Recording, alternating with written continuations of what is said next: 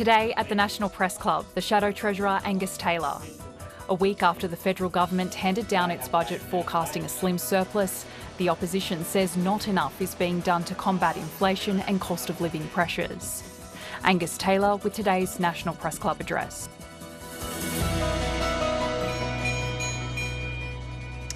Hello and welcome to the National Press Club of Australia and the Westpac address coming to you from the Ngunnawal and Ngambri country. My name is Tom Connell. I'm a political host at Sky News and also a director here at the club. Our guest today, the Honourable Angus Taylor MP, the Shadow Treasurer as well. He's been in Parliament since 2013, rose through the ranks quite quickly, up into Cabinet by 2018. The pretty difficult portfolio, I think it's fair to say, of energy and emissions reduction.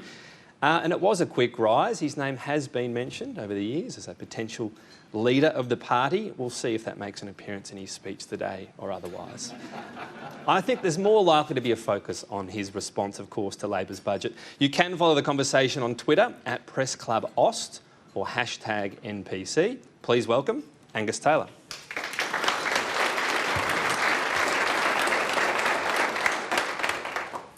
Well, thank you, Tom. Thank you to the Press Club for giving this opportunity to give my second speech in less than a year here at the Press Club. And thank you to the many colleagues in attendance here today. My federal colleagues, Paul Fletcher, Dean Smith, Michaelia Cash, Bridget McKenzie and Holly Hughes, and my former federal colleagues, former Speaker Tony Smith, great to see Tony here, Zed Zelja, and then the many ACT colleagues who are here as well, Jeremy Hanson, Leanne Castley, Mark Parton, Peter Kane and Ed Cox. It's great to have you all here today. I want to start by asking a question, a very simple question. Do you feel better off than a year ago? I ask this question of many Australians and I get a very consistent answer. Inflation hurts all Australians. The impact of inflation is not limited to a few.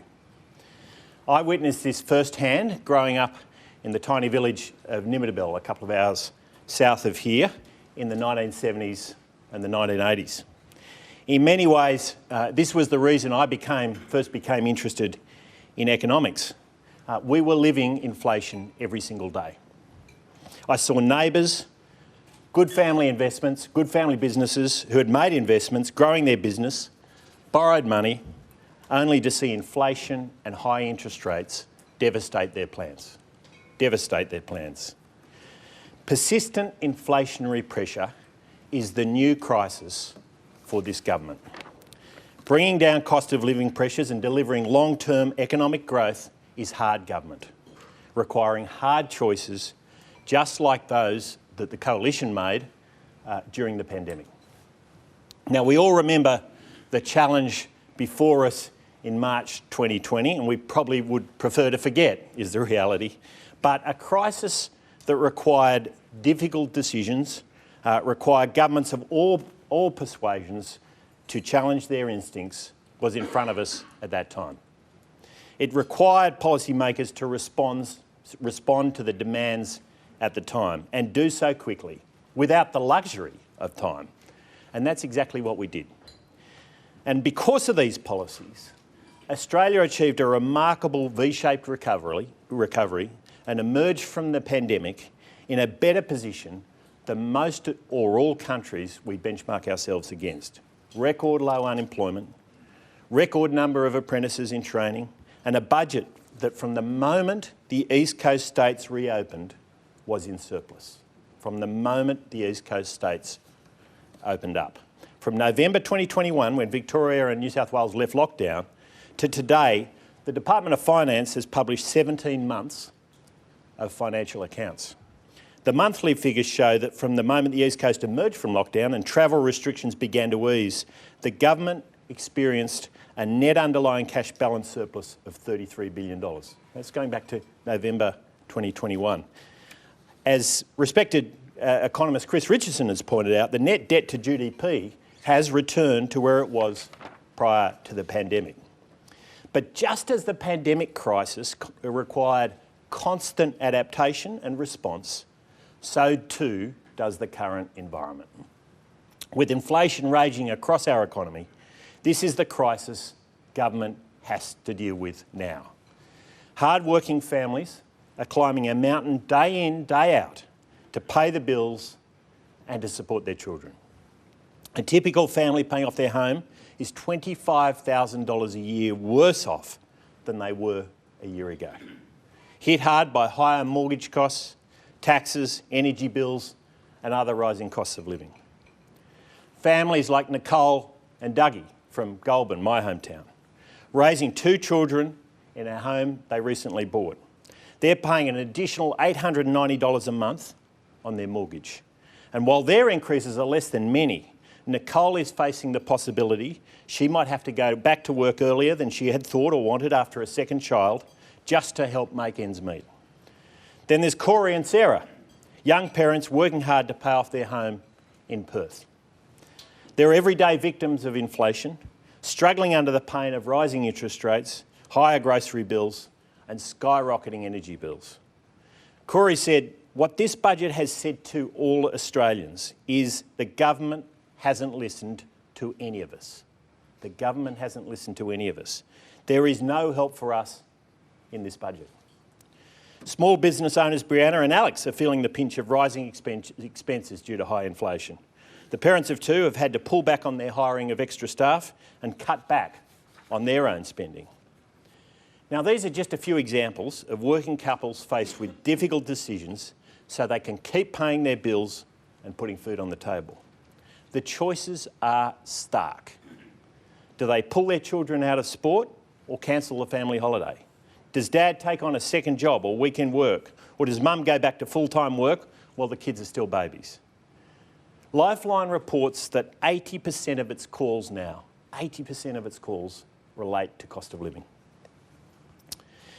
Deloitte Access Economics estimates that approximately 300,000 Australians are living in negative cash flow. High inflation means that hard-working Australians who want to get ahead are only going backwards. It risks the creation of a new generation of working poor.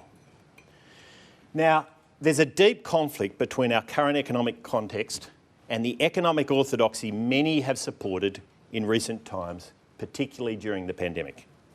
We've become accustomed to hearing, particularly from our political opponents, that more government and more spending is the solution to all economic challenges. But inflation economics is fundamentally different. Fundamentally different. Big government makes the situation worse. American economist Eric Leeper has documented the many mistakes that governments made through the 60s, 70s and 80s that led to inflation getting out of control and remaining untamed. The mistakes can be characterised very simply. Governments responding by treating the symptoms, not the source of inflation. Treating the symptoms, not the source. This budget makes that very mistake. It gives with one hand while taking away with the other with higher prices and higher taxes. It means the Reserve Bank is slamming the brakes at the same time as the government has the foot on the accelerator, and when you do that, you wreck the engine. A year into this government, Australia has one of the highest core inflations levels amongst major economies. At 6.6%, our core inflation is higher than the UK at 6.2%, the US 5.6%, Canada 4.3%, Euro area at 5.7%. Headline inflation remains stubbornly high, particularly in our services sector. The RBA's latest monetary policy decision should have rung out like an alarm bell through the government about the urgency of the challenge. It was truly a wake-up call. Australians are making, as I said, hard choices every day, yet they are not seeing a government with the willingness to do the same. Inflation now is coming from Canberra, not the Kremlin, and it's Canberra's problem to solve. Inflation will be stronger for longer if governments deny the problem and adopt the wrong solutions. And while many argue that the principles that have driven coalition economic policy have become less relevant in the recent past, the values that drive us give us the right toolkit for the time. The right toolkit for the time. We believe that private business drives opportunity and prosperity, not big government. We believe that fiscal discipline is necessary to take pressure off prices. Lower taxes, balanced budgets, spending growth restraint are all essential. We believe that productivity reforms are the key to making life easier, removing supply-side constraints and setting up the economy for medium to longer-term growth. And we believe in backing hard-working, aspirational Australians to get ahead, to lift all Australians together. This is the pathway back to a low-inflation, high-growth economy. But by focusing on the system, the symptoms, the budget divides Australia into the worthy few and the forgotten. The forgotten including small businesses, middle-income families, mortgage holders, farmers, truckies, regional communities and many others. Less inflation is good for all Australians, not just a few, for every single one of us. And rather than dividing the country, lower inflation brings the country together, giving all Australians a pathway to prosperity, giving every Australian the opportunity to fulfil their goals. And that is exactly what Peter Dutton outlined in his budget reply speech. Peter has clearly laid out that there are differences in the approach we would take. There are also places where we can find common ground with the government. We've again reiterated our support for ensuring that the NDIS is sustainable. As we did with the RBA review, I think very well this is something we're prepared to work with the government on in a collaborative way. The NDIS is too important. Securing its future should be above all politics. Now, well ahead of this budget, we were clear on the need for fiscal constraint and other sensible measures to take pressure off Australian households and businesses. It was a simple test for any party that seeks to claim it can manage the economy. Instead, we saw the opposite.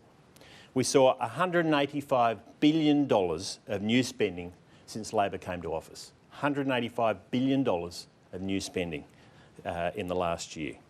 $2 of new spending initiatives for every dollar of revenue initiatives. It's 2 to 1. Poorly planned migration that the Treasurer's own budget papers say will drive up housing costs in the budget papers. A fiscal strategy that removed fighting inflation from what was already called, I quote, the weakest fiscal strategy in living memory, quoting there the economist Stephen Hamilton. A failure to heed the calls of major business groups and economists to restore the fiscal guardrails that had been in the fiscal strategy since 1996, including a commitment to budget balance. And as has been pointed out by the Australian Financial Review's John Keogh, this budget even walks away from the Treasurer's one fiscal rule in the last budget. Far from returning 99% of the revenue windfalls to the bottom line, as promised in October, the government has banked just 40% of improvements in the bottom line since PFO and spent 60% or more of the massive windfall from strong commodities and job markets. Now, no one wins from a big spending government in an inflation crisis. At best, the budget fails to address inflation. At worst, it adds fuel to the fire. There is a credible case that it is actually making things worse. Rich Insights Director Chris Richardson said he, and I quote, had thought that the Reserve Bank was done and dusted, but this has notably raised the chance they will do another swing of the baseball bat. S&P Global Ratings disputed the government's forecast, stating we expect inflation to be stubbornly higher than the Reserve Bank's target until fiscal 2026, and that handouts in today's budget may add to inflationary pressures.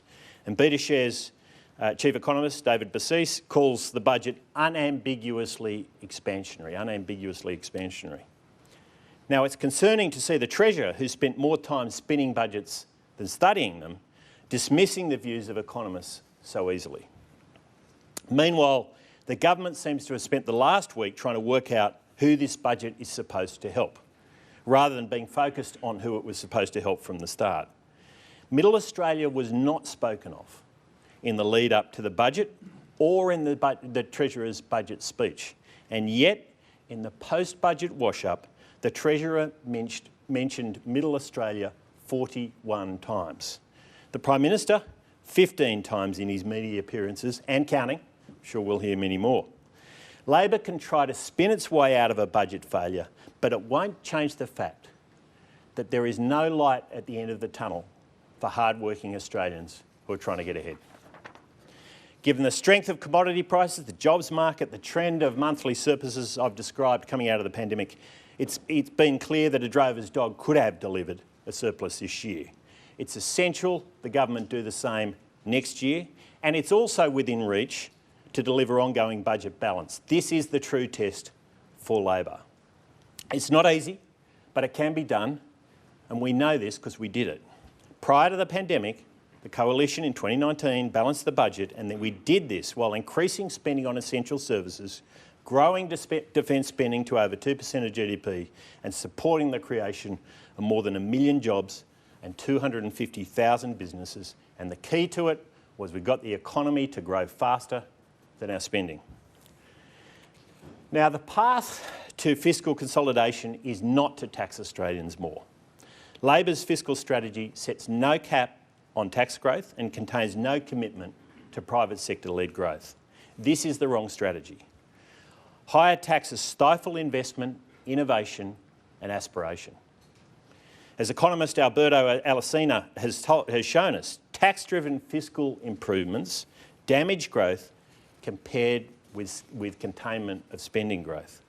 Simply put, you cannot tax your way into economic prosperity, just as you can't spend your way out of high inflation. Australians struggling with the cost of living will see taxes rise on top of ever-increasing prices. But worse, some of these taxes are bound to be passed right onto consumers' bills. The truckies tax adding to the cost of food and freight. $153 million tax on our farmers. Labor's franking credits and super taxes will be directly felt by self-funded retirees and pensioners alike. And bracket creep, the tax you don't notice until you look at the impact on your bank account, is eating away at Australians' earning power. The budget papers show income tax as a percent of GDP growing over the forwards. And over the next 5 years, the tax paid by Australians will increase by more than $300 billion. $300 billion. Now, this budget has abandoned tax incentives that support innovation, investment and productivity that grow the economy. The patent box regime has been abandoned. The technology investment boost has not been extended. And whilst we welcome the retention of the instant asset write-off, the government has decimated its asset value cap and removed access to the investment allowance for medium-sized businesses. Labor's big spending, high taxing, high regulation agenda risks putting us into a period of stagflation. Inflation and low economic growth are a very dangerous combination, a very dangerous cocktail. And it's why the government's committed to, or the coalition is committed to, restoring the same fiscal rules that delivered lower taxes and a balanced budget in 2019. It's why the coalition is committed to restoring the tax to GDP cap. It's why we're committed to delivering the stage 3 tax cuts. And it's why we continue to fight Labor's broken promises on taxes to superannuation and franking credits. Now, strong economic growth over the short term and into the longer term is essential to boosting quality of life. And at a time where inflation is making quality of life, standard of living worse, productivity gains are the only pathway to ensure Australians can realise their aspirations over the medium to long term, making it easier to do a job or run a business, making it easier for customers to get a better deal or engage with government services. The McKinsey Global Institute has highlighted that productivity reform is essential to solving the challenges confronting most advanced economies, ranging from labour market shortages, debt, inflation and energy challenges. The Reserve Bank minutes from April have sounded the alarm bell on productivity, but the government isn't listening. The government talks a lot about productivity to justify billions of dollars of extra expenditure, yet its own budget shows a deteriorating productivity position despite the spending. The Productivity Commission's 5-year review has all but been buried, with not a single measure in budget paper number 2, a direct response to the recommendations made, not a single measure responding to those recommendations.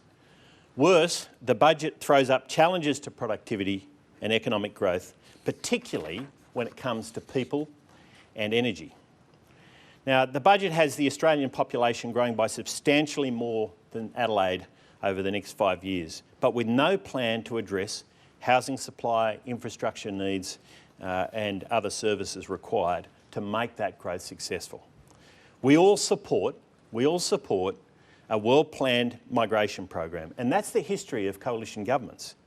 But over 5 years, net overseas migration will see our population increase by over 1.5 million people.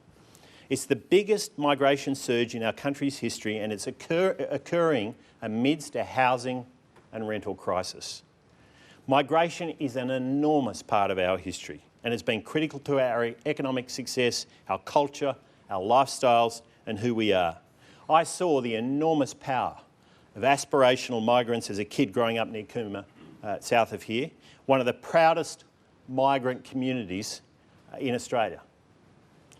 More than 100,000 people from over 30 countries travelled to the Snowies after the Second World War for work on the Snowy scheme.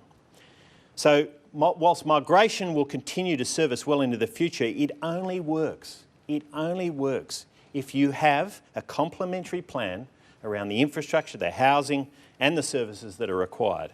Instead, the government is cutting infrastructure spending in real terms and reallocating it to their pet projects. Now, if you talk to any business, big or small, around Australia right now, they'll tell you that one of their biggest supply constraints remains labour shortages. We have record job vacancies of over 435,000 people. Alongside managed migration, there is an opportunity to give more Australians the incentive to get into work or increase the hours of work they're doing. A high proportion of the 550,000 unemployed Australians are capable of working more than 30 hours a week. And there is nothing like a job to improve somebody's life. Australians on JobSeeker face effective marginal tax rates of up to 60 cents in the dollar. This is a huge disincentive to work at a time when the economy and job seekers can't afford it. It's why Peter Dutton announced our proposal to increase the amount a job seeker could earn before their payment is affected. This is a common sense policy that could boost the income of someone on JobSeeker that works not by $40 a fortnight, but by up to $300. It's similar to the pension work bonus we championed, and the government ended up implementing a version of it at least, not the full version, but a version last year. We've suggested this is a bipartisan, constructive way because we think this is ultimately better for those on JobSeeker, but also for the country, because it will help to put downward pressure on inflation. Another major barrier to growth is energy prices going in the wrong direction, alongside Labor's attacks on the gas sector, a sector we need to support lower emissions and lower energy prices. Between the gas caps, the PRRT, the safeguard mechanism, delayed approvals and the abandoning of carbon capture and storage incentives, one of our largest export industries is under attack from the government. It's a death by 1,000 cuts to an industry that has powered our nation and our economy for so many years. It is one of Australia's great success stories, and just as Australia needs it to be successful, so too do so many of our customer countries throughout Asia. Meanwhile, most hard-working Australians will not benefit a cent from the government's cost of living relief, despite because of power bills increasing by more than $500 for a typical household. A more prosperous Australia demands a sharp focus on a low inflation and high growth economy. And in Peter Dutton's budget reply, he made several down payments on an agenda that will promote growth in the medium term, supporting gas as a medium-term energy source and removing barriers to nuclear energy, restoring mental health sessions to Medicare so Australians can be healthier at a time of crisis that we're seeing for so many, committing to a tax to GDP cap that will incentivise productivity in government, and repealing Labor's super tax. The starting point for real action on growth and productivity is to take action to support businesses to lower costs and keep strong employment right across our economy. Now, $1 today is worth less than it was a year ago. $1 today is worth less than it was a year ago. And this government's policies risk inflation and interest rates that are higher for longer, prolonging the pain. Australians trying to get ahead will be the ones who pay the biggest price. The Coalition has been clear that we would not have delivered this budget. Our priority would be to bring down inflation and set up Australia for growth in the medium term through lower taxes and growth-enhancing policies. This would take pressure off prices and prevent a generation of Australians becoming the working poor. It would support the Reserve Bank by having a fiscal policy pulling in the same direction as monetary policy, and it would set up Australians for the future they deserve. Thank you very much.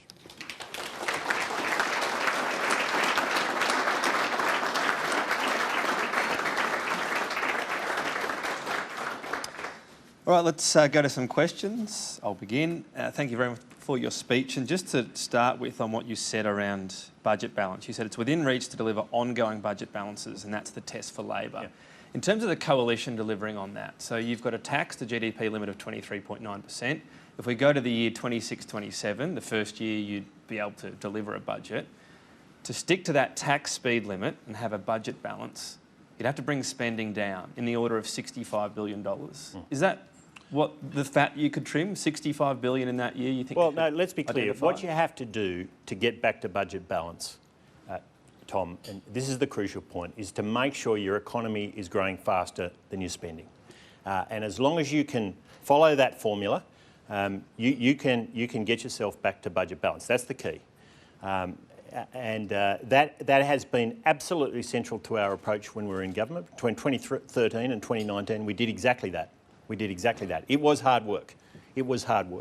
But we did exactly that.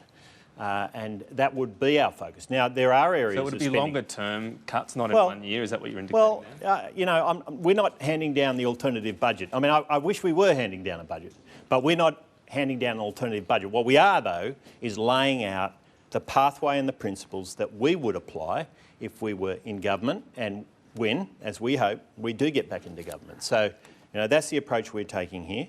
Okay. I would say, there's some very clear areas of spending that we have said need a very long, hard look at. I mean, $45 billion of spending that we have rejected over recent months, $18 billion of interest costs associated with it. And, sometimes in government, what's most important is what you don't do, not just what you do. And we've said that it's just not an appropriate time to be spending that money. And these are very real areas where we've parted company on already from the government. Okay, I know there's an obsession on a surplus. Let's not have a surplus of questions, though, today for the journalists. Boom, boom. Dan Jarvis-Sparty from the West Australian kicks us off. Thank you for your speech, Mr Taylor. Can we go to the issue of gas? You spoke about it in the speech. You're clearly critical of the government's approach, and as the opposition leader said in the budget reply speech, the Coalition wants to do more to support it. Can you just elaborate on exactly what you would do to get more supply into the system and support gas? And how do you respond to the inevitable criticism that will come from the government that when you were in government, you pursued the gas-fired recovery from COVID, and that came to very little? Well, Dan, we saw remarkable growth in the gas industry in our time in government.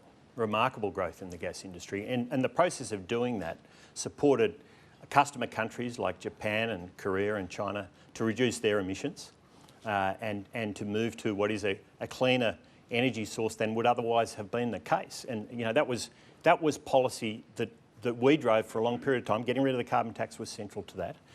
Then you ask about the specific policies that we'd have. I mean, I think I've already outlined a number of the things that Labor is doing that we would oppose. I mean, really, Labor is creating barriers. We've been very clear about a number of those policies of Labor's that we're opposed to. We opposed the imposition of that heavy-handed intervention in the gas market with the legislation that went through late last year. We've obviously taken a very strong view on the safeguard mechanism and the impact that will have on the gas industry. We've always had a view that you've got to see approvals through on a smooth basis, and that's been a major issue for many of the gas producers and will continue to be. But the important point here is you either see this as an industry that's an important part of our future in getting down emissions for us and our customer countries, or you don't. And it's clear from what Labor's doing with the death by 1,000 cuts approach they're taking that they don't see it as part of the mix. The real question for them is how do they think energy systems are going to work for industry, for firming up electricity over the coming years if there's not enough gas? Next question, Jen Beshwadi from Network 7. Hello. My question's on migration. If 1.5 million is too many, what's the right number? Well, the right number depends on those complementary initiatives. This is the point. If you want complementarities in policy, this is the place to look. You can't have that kind of immigration number without supporting policies on infrastructure, on housing, on other services. Otherwise, you end up with communities that are completely underserved, where congestion grows, and we see that. We see that. I mean, we learned that when Bob Carr declared that Sydney was shut. Many of you remember that. Soon after the Sydney Olympics, he'd run out of money, so he decided Sydney was shut. What he meant to say was the population's going to continue, but they're not going to support it with any investment. And the result was an absolute disaster. It was a complete disaster. Now, that is what we have to avoid here. We, as I said, and I can't emphasise enough, I personally am I'm pro sensible levels of immigration, but you can't do it without those complementary plans. And the reality of this budget is not only was it lacking in complementary plans, the budget itself made the point that in housing, for instance, that there was an unsolved problem. So right now then, what is the number you think that we should... Well, the number depends on those complementary initiatives. That's the point. So That's the point. You don't know what the number should be? So you've got... Well, it's not our budget, it's Labor's, but the point is that you've got to make sure that you have the housing, the infrastructure, the services, the sporting fields. I mean, all the things that in, the northern part of my electorate we're dealing with every single day. You've got to have all of that working in parallel, and the problem with this budget is it's not. In other words, if it's 1.5 million and that's a forecast rather than Labor's plan, you want more spending? Well, it was in the budget. It was in the budget. That was the reality. You want more spending? It was in the... No, we want the complementary initiatives. I mean, you've got to work out how to accommodate But you've got to spend and this to is the have those point. initiatives. Well, it's about priorities. It's about where you spend your money at the end of the day. Next question comes from Phil Curry from the Australian Financial Review. Thank you, Thomas. Mr Taylor, just on the PRRT, you don't sound like a fan of what was in the budget in terms of the change. I know the party is yet to make its decision. The gas industry is telling us, and I'm sure yourself or your colleagues, that they can live with this and they would rather you passed it than push Labor onto the Greens in the Senate, who say the increase is manifestly inadequate and will drive a higher, push for a higher take. Is that a concern of yours, or are you telling us, are you flagging you're going to oppose that and let Labor do what they may? Well, I'm not going to get ahead of our processes, Phil. I mean, we saw the budget last week and we're working through.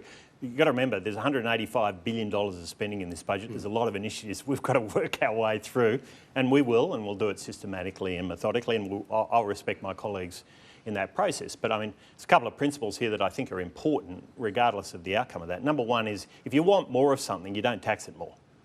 It's pretty simple. It's pretty basic economics, but that's what Labor's chosen to do here, and it's disappointing that that's their approach more generally. I mean, we need the gas to, as I say, bring down emissions and deliver affordable energy, and we will for a number of years yet. So, taxing more strikes me as the wrong way to go about that. But we'll work our way through it. We want a gas industry that's successful in this country, not one that's dying by death by 1,000 cuts. And so we'll work our way through it systematically. Poppy Johnston from AAP. Thanks for your speech. You've pointed out that the government has done little to act on productivity reform so far, but the Coalition's track record on productivity has also fallen short. Were you in the Treasurer's position, what concrete measure would be your priority to boost productivity? Well, there's a number of things I've already talked about in the speech. I mean, number one is getting energy policy right. I mean, if you're driving up the price of energy, that is going to impact on your productivity, because energy is right throughout our economy. It's everywhere you look. It is making sure that you've got a growth policy for the number of people in the country that is consistent with your housing, with your services, with your infrastructure. There's no bigger hit to productivity than sitting in traffic in Sydney on a tollway for hours on end. I mean, it's a massive hit to productivity. That's why there's been work from home has become so popular, because people want to avoid those trips. Now, if they're going to get a lot longer, you're going to really hit productivity hard. So, you know, there's a whole range of areas. I mean, I think the Productivity Commission's review was a very good piece of work. Labor has absolutely buried it. I think there needs to be a sensible debate about what was in that proposal, and a large range of sensible recommendations. You know, this is about making people's lives easier, not harder, making their jobs better and better paid. And surely that should be a priority for a government at a time like this. We also know that the higher your productivity, the less likely you are to see ongoing inflationary pressures. And so that's why it's an immediate concern as well as a longer term one. Next question comes from Patrick Commons from The Australian. Thanks very much. My question is around better pay. Today, the Fair Work Commission's holding hearings into the minimum wage decision. And unions are pushing for 7% minimum wage increase. Employers are more like 3.5% to 4%. Where does the coalition, or where do you sit in this spectrum of kind of wage rises, or where do you think the ultimate wage rise decision? Well, I mean, Pat, what we ultimately want is what I think all Australians want, which is higher real wages for all Australians. I mean, that's why I was talking about productivity, because that's one of the ways you can achieve it. If you can make it easier for someone to do their job, their employer can pay them more. And you know, it's a pretty simple formula. It's worked for the world for several hundred years in an incredibly effective way. And so that is hugely important. We want to see those real wage increases. The pathway to that will include needing to put downward pressure on inflation. We respect the Fair Work Commission as an independent arbiter on these things, and it will make its decisions, and we've always taken that approach. But if we want higher real wages, the key is get inflation down. The denominator is not the only part of this. The denominator is the bit you've actually got to get down. The numerator, of course, is one part of it. But you've got to ultimately get real wages up, and getting inflation down is the key to that. The Prime Minister said on that today, workers should not go backwards. Do you agree with that principle for this decision? Well, workers are going backwards at the moment, Thomas. Can I call you that? You may. Workers are going backwards at the moment. I mean, you know, this is the point.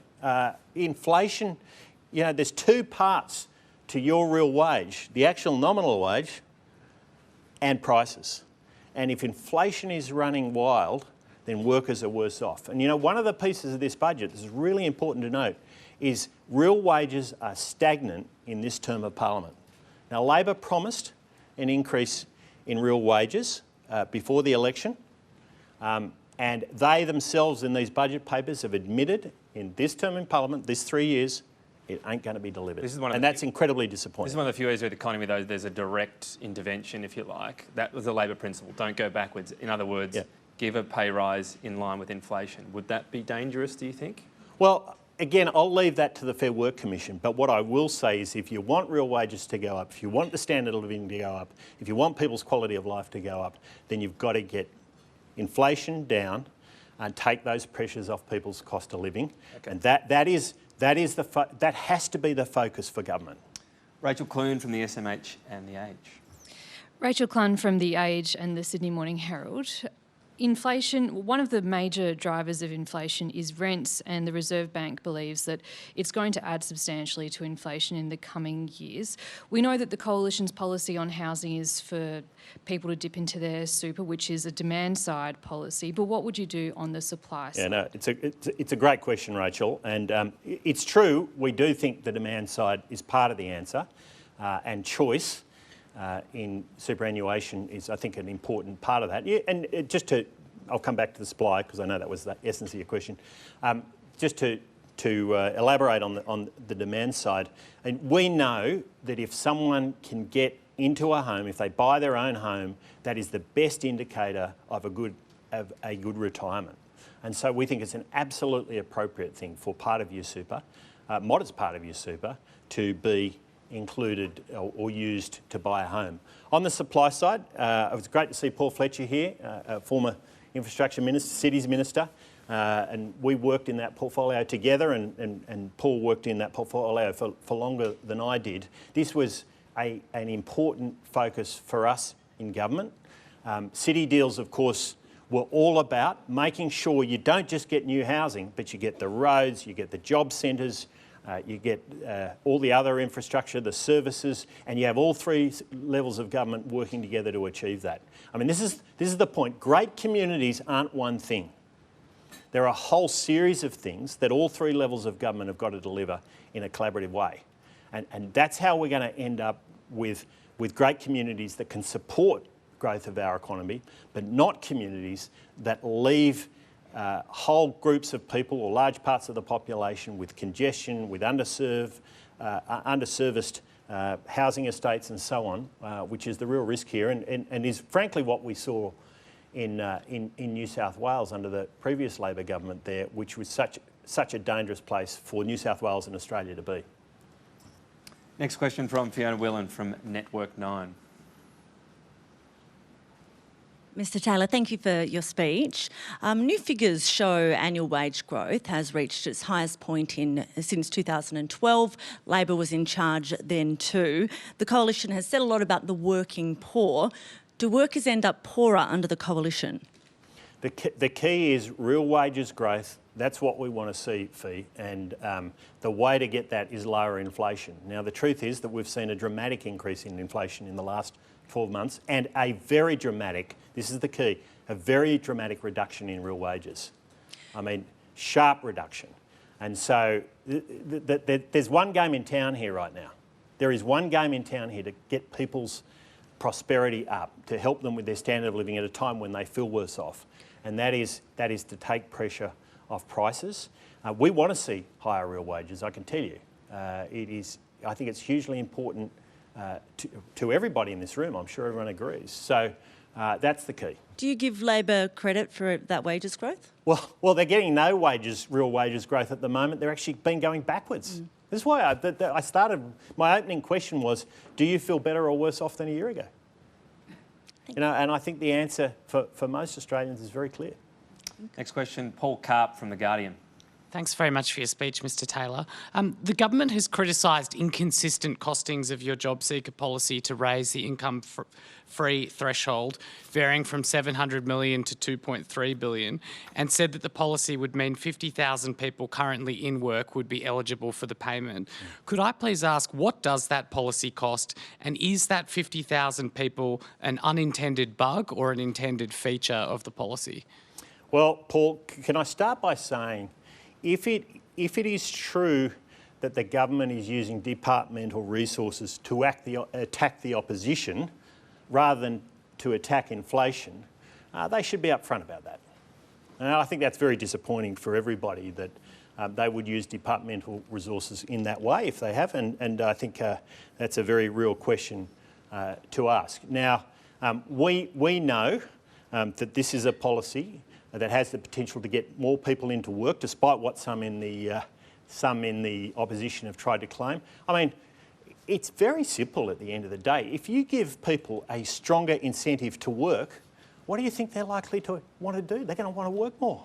I mean, right now, the disincentive is 60 cents in the dollar once you get to a certain threshold. 60 cents or 50 cents if you're on the lower threshold in the dollar that you lose if you work more. And we're saying take that away. And the result of that is we believe there'll be more people working. Now, we will work through our costings now that we've got the full parameters of the budget. We didn't have that until last week. We'll work through that over the coming weeks. But we can fully expect that the costs of our policy will be substantially lower than Labor's. Did they go through PBO?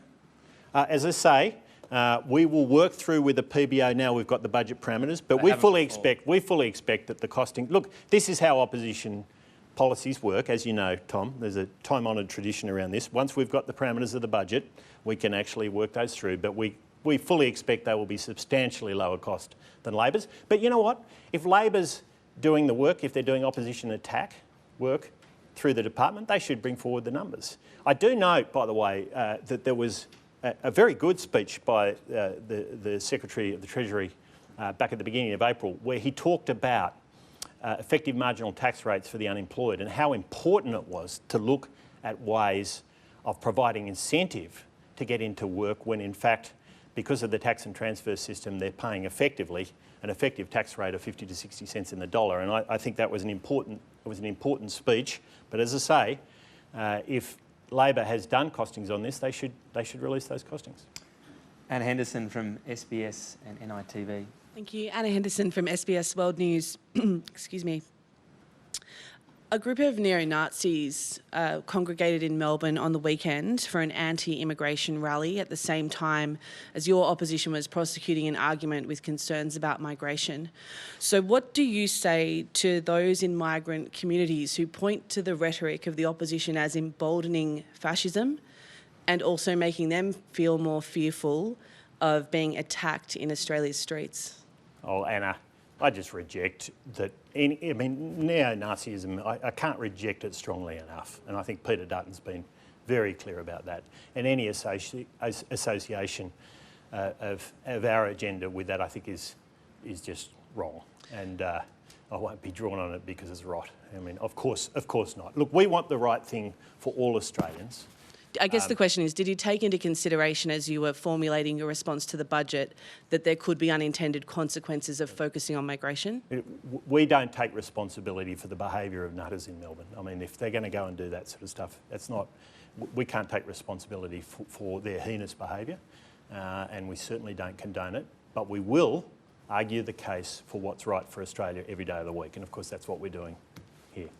Thank you. Next question, Ben Westcott from Bloomberg. Thank you so much for your speech, Shadow Treasurer. Ben Westcott from Bloomberg. I just want to take you back to Rachel's question, which, with great respect, you didn't answer. The supply side of the coalition's policy. So Labor has its Housing Future Fund before Parliament, but you don't support that. You could put more spending into the budget to solve this, but that would be inflationary. And the Greens have some ideas as well involving tax changes, but I suspect you probably wouldn't support those. What can the coalition suggest to help solve the housing crisis? Can I make the point that entire analysis that you've just given us says the private sector has nothing to do with this and that their investment is not the main source of new housing? I mean, the idea that if you want new housing, the government's got to build it, could only come from the Labor Party. It could only come from the Labor Party. I mean, what a ridiculous notion. Every builder out there, every construction company, every tradie building a house right now should be saying, oh, yeah, well, you know, is the answer that I work for the government? I mean, that's, honestly, it's preposterous. And that's why Labor's policy is, it is, apart from the fact that in terms of numbers, it's a drop in the ocean.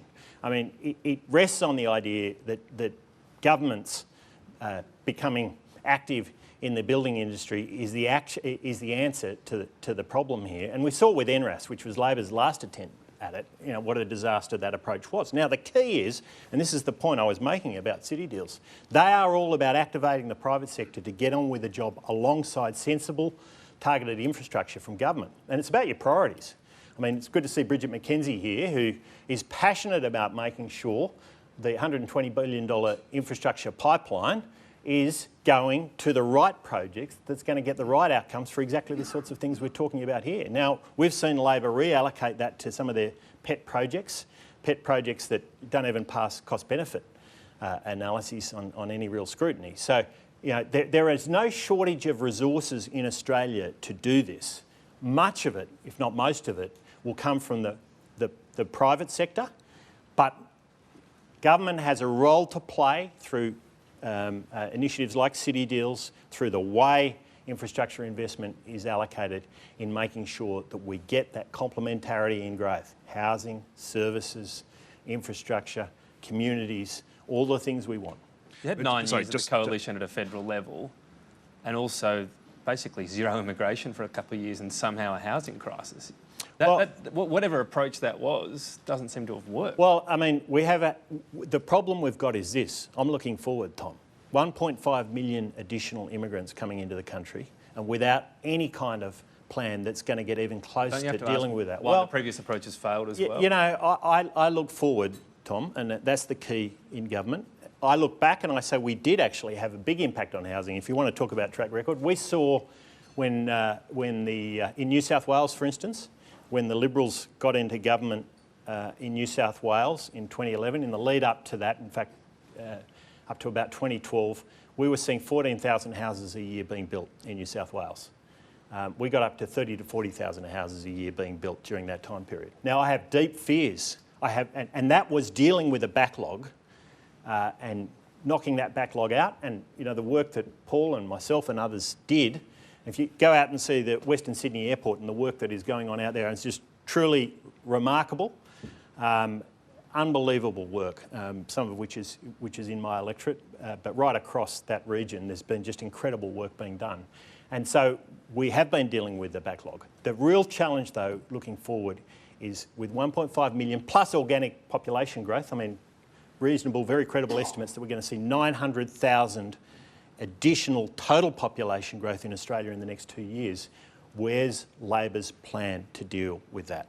So just to follow up very quickly, you're absolutely right about the private sector and about migration, but we haven't seen the private sector fill those gaps. And if you talk to the private sector, they talk about supply shortages. They talk about unable to get the equipment they need, the builders they need. We've seen companies folding. I mean, don't they need some assistance? Well, look, you know, we did see the private sector doing that because nearly all of those houses I just talked about, probably just about all of them, were being built by the private sector in New South Wales. So we know how to mobilise the private sector. We did it, and New South Wales was where the challenge was the biggest during that time period. But looking forward, yeah, we do need a plan. We do need a plan from Labor. I mean, that's my point. I think actually on that we're in furious agreement.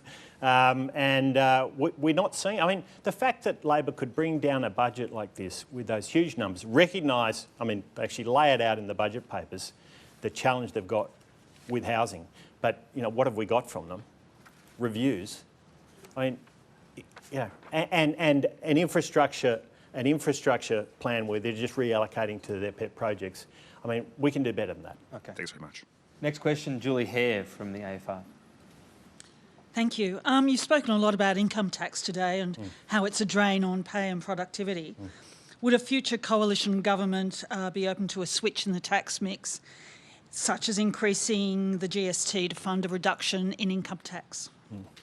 Well, I mean, the coalition is a believer in lower taxes, not higher taxes. And as I said in my speech, we know that when you're driving improvement in your budget position, if you do it by managing the growth in spending, you get stronger growth than if you do it by raising taxes. And so we do want to see lower taxes, not higher taxes. That's because we know in the end it delivers for all Australians. It actually gives you a stronger, faster growing economy. It pays for the services we want. It pays for the infrastructure that we need to make sure we get the housing in place and so on. That's what we want to see. We don't want to see higher taxes, and I think what you're implicitly arguing there is a higher GST. That's certainly not on our radar. But it could be a higher GST with lower income tax, and you can stick to 23.9. It's about the mix. But it's still a higher GST, Tom. So that's not in our plan. Okay, fair enough. Next question, Katie McLeod from NCA Newswires. Thanks, Mr. Taylor, for your speech. I'd like to ask you about something you said in your address when you said inflation is coming from Canberra now, not the Kremlin. But around the time that the coalition government you were a part of handed down its last budget, former Prime Minister Scott Morrison blamed inflation on factors outside of the government's control, such as Russia's invasion of Ukraine. So I'd like to ask you what's changed between then and now? Why was inflation something that was outside of the coalition's control, but is now, as you say, able to be controlled by Labor, especially given the war in Ukraine is still going? Well, the key to answering that question is that we're not in government, Labor is now. So it's within their control and it's not within ours. But I've laid out what I think is an agenda that will address it, that's our strong focus. I mean, it is clear when you look at the history of how inflation flowed through. It started with energy, there's no question about that. I mean, I was in roundtables with energy ministers around the world in real crisis in 2021 because of what was happening and going into 2022, obviously, after the Ukraine invasion happened. There was a real sense that there was a challenge there, and globally, and that flowed through to prices over time. No doubt about that. But the truth of the matter is, Labor hasn't dealt with it. They haven't dealt with it, and this is the real challenge. I mean, you know, when you want to get prices of something down, you've got to get more supply in, and Labor's gone in exactly the opposite direction. Now, more broadly, what we've seen over time is prices have increased for absolutely everything, right across the board. It's not just one particular sector, it's absolutely everything. And that's why now it's very clear that if you want to deal with it, you've actually got to deal with it from Canberra. Fiscal policy has to play a role. So on that, when you're mulling over what you'll sort of give a thumbs up and thumbs down to, would your net decision making mean a less expansionary theoretical budget or not expansionary at all? No, I think the reality is you need to have a budget that's going to put downward pressure on prices, and you know that means that when you're spending an extra $185 billion, you're simply not doing that. And it's very hard to find an economist to say that this budget is putting any downward pressure on inflation, Tom. You'll find some that'll say, oh, well, could have been worse, but actually it's neutral. And a lot who'll say, no, actually, it's made the situation worse. But the job of government right now is to take responsibility and make the situation better. And what's very clear is the budget didn't do that. Nabil Al-Nashar from ABC. Nabil Al-Nashar from ABC News. You've really drawn a hard line in the sand here on the migration figure, the 1.5 million. Even though the facts show it's a rebound from an equally historic dip during the pandemic. Now, considering the fact that in the last year your party has lost government, lost its last foothold in the mainland, lost the Aston by-election, and considering the fact that half of modern-day Australians are either immigrants or born to immigrants, are you the least bit worried that this kind of rhetoric on migration is tone deaf or could further alienate voters from the Liberal Party? Well, it's very important you don't verbal any of us on migration because what we're against is unmanaged migration. And this is the point. As I said, I grew up in a great migrant town. If you go down around the main park in Cooma, it's not far from here, an hour from here, you'll see flags from every country that worked on the Snowy. And there's a lot of colour and a lot of flags. But are you worried I about grew how up with people are going to that see in my blood, let me tell you, in my blood. But I learnt from what I saw is if it's unmanaged, if there's not jobs, if there's not infrastructure, if there's not services, if there's not housing, then it simply doesn't work. So you're not worried So unmanaged about voters? migration is the problem. And the problem we've got from this government is they've got all the numbers in there. They say it's not a plan, Tom. Well, last time I looked, a budget was a plan. But anyway. My point about that, it's a forecast, and what Nabil was talking about is there's a lot of catch-up from students. We need skilled migrants. We need aged care workers. Are you saying you don't actually have a problem with the 1.5? Is that I am saying our problem is with unmanaged migration. And if you don't have those complementary initiatives, it won't work. It will fail. And that is where this government is heading, headlong. 900,000 more Australians in the next 2 years with no plan for that. This is not the right answer. And it's important that in opposition we call it out because it'll hurt all Australians if it goes wrong. I mean, the worst thing of all is that Australians have been very, I think, accommodating towards one of the highest migration rates in the world. Very accommodating. But that accommodation is stretched if the roads are stretched, if the housing is stretched. Just to clarify, I'm looking for an answer on whether you're worried about migrant community sentiment to your party. Look, I'm going to do what's right for all Australians, including migrant communities. I mean, and we see migrant communities in Western Sydney that want to see Western Sydney working for everybody, working in terms of the infrastructure and housing. So I don't want to separate Australians out. I mean, this is, as I said, one of my concerns about this budget is it divides Australians, not uniting them. We're all in this. We are genuinely all in this together, and we've got to make sure that we get the right outcome for all Australians, and that's why having a managed migration plan is the right answer. All right. Thank you. Simon Love from Sky News has the next question. Thanks, Tom. Mr Taylor, thanks for your speech. My question, at the risk of setting off a state of origin war within the room, and I can see Michaelia Cash over there, and Dean Smith and Bridget McKenzie, but Victoria and other states have said that they're not getting a fair share of the GST at the moment. Would the coalition under you as Treasurer review the GST deal that gives more GST receipts to Western Australia and also the majority to New South Wales when the population of Melbourne is about to take over the population of Sydney? We've got no plan to change the GST deal that was done. I mean, and we think that it struck the right balance. It's never easy. I mean, these things, the Federation, as you rightly say, has been fighting on the sporting field and on the economic field for as long as anyone can, as long as the federations existed, back to 1901. And I'm sure it will continue to, and it's, you know, it's all part of the great Australian tradition. But we've got to ultimately strike a balance that gets it right, recognises that, you know, enormous contribution that WA has played in recent years, and we see it in our budget. I mean, I've got to say, in the budget right now, the role of commodity exports has been hugely important to getting to that position where a drover's dog could deliver a surplus. But isn't international students, say, important too for, say, Sydney and Melbourne as well? And it's not the same obvious tangible thing as a resource in the ground. Well, as I say, we think that that deal struck the right balance, and we've got no plan to change it. It cost billions more than it was meant or forecast to. Was it at least a watching brief? Well, as I say, I mean, I'm not going to change my answer, Tom. I think I've given it. Okay. Michelle Slater from ACM Canberra Times. G'day. So you've said that this budget is inflationary and it is delivering little for middle Australia. So which of the cost of living measures would you be scrapping? The point I would make is this. When you add $185 billion of spending, you're not getting to the source of the problem. You're making it worse. You're adding fuel to the fire. And the truth is, then you end up in a position where the only thing left is to deal with the symptom.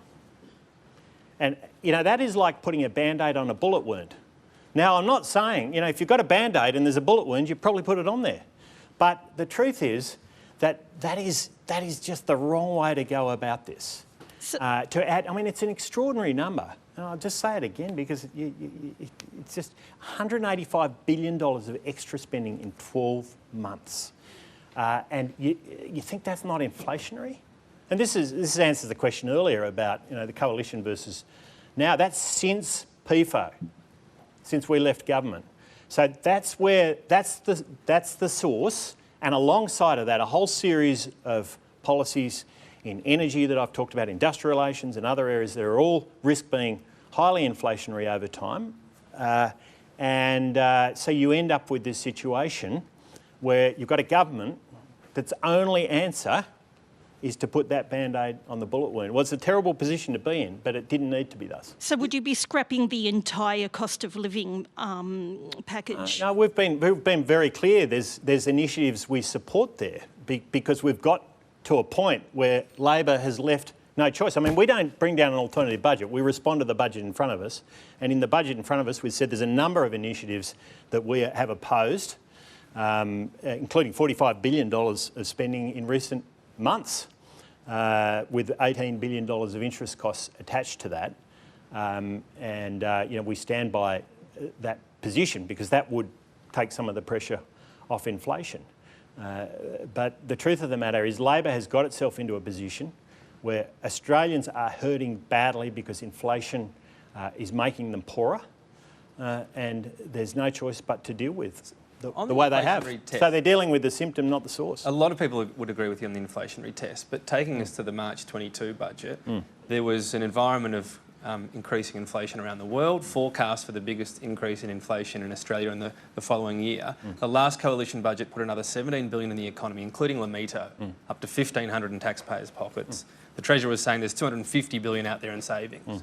In hindsight, with the benefit in hindsight, was that a mistake? Look, you know, the reality is every budget has to deal with the context it has. And the context of that was coming out of the pandemic, and we, as I said, had a remarkable V-shaped recovery. I don't think anyone could have anticipated how strong it was going to be. The budget was in surplus from November 2021 through to the election, Tom. I mean, that's where it was at. This budget and the last budget in October has been about fighting those inflationary demons, and it's failed. All right. The raffle's been won by Phil Curry today. No Metro, but a second question instead. I'll give you the sausages. Just a bit out of left field, Mr Taylor, September this year is when Dr Phil Lowe's tenure as RBA Governor ends. The government consulted you extensively on the RBA review, and they usually run it past the opposition when they appoint a new governor. Who would you like to see take the job, Dr Lowe, or have you got someone else you'd be recommending to Jim Chalmers? They consult. They don't necessarily ask for advice. They're not the same thing, Phil. But I have appreciated the collaborative and bipartisan approach to the review. I think it's been important. I think that the RBA, whilst it's clear it's made errors in the recent past, and people have paid a high price for those errors, I also think it is an incredibly important institution in our country. It did help to slay those inflation demons of the 70s and 80s that I talked about earlier, and the worst thing we could do now is undermine it. That's why I am always so cautious about criticising decisions. They're decisions by an independent Reserve Bank. We want the very best people available to be making those decisions on the Reserve Bank board and the Monetary Policy Board if we get to that. I won't make any commentary on who should be in what position, but I will say we want the very best, and that is hugely important. It is also important that it be the right person for the job, and I've made comments after appointments have been made in the recent past about making sure that due process has been followed in making those appointments. Yeah, thanks. Mr Taylor, thank you for your time. Please accept our gift of membership to the club. Everyone, would you please thank Shadow Treasurer? Thanks. Thanks, mate. Good on you.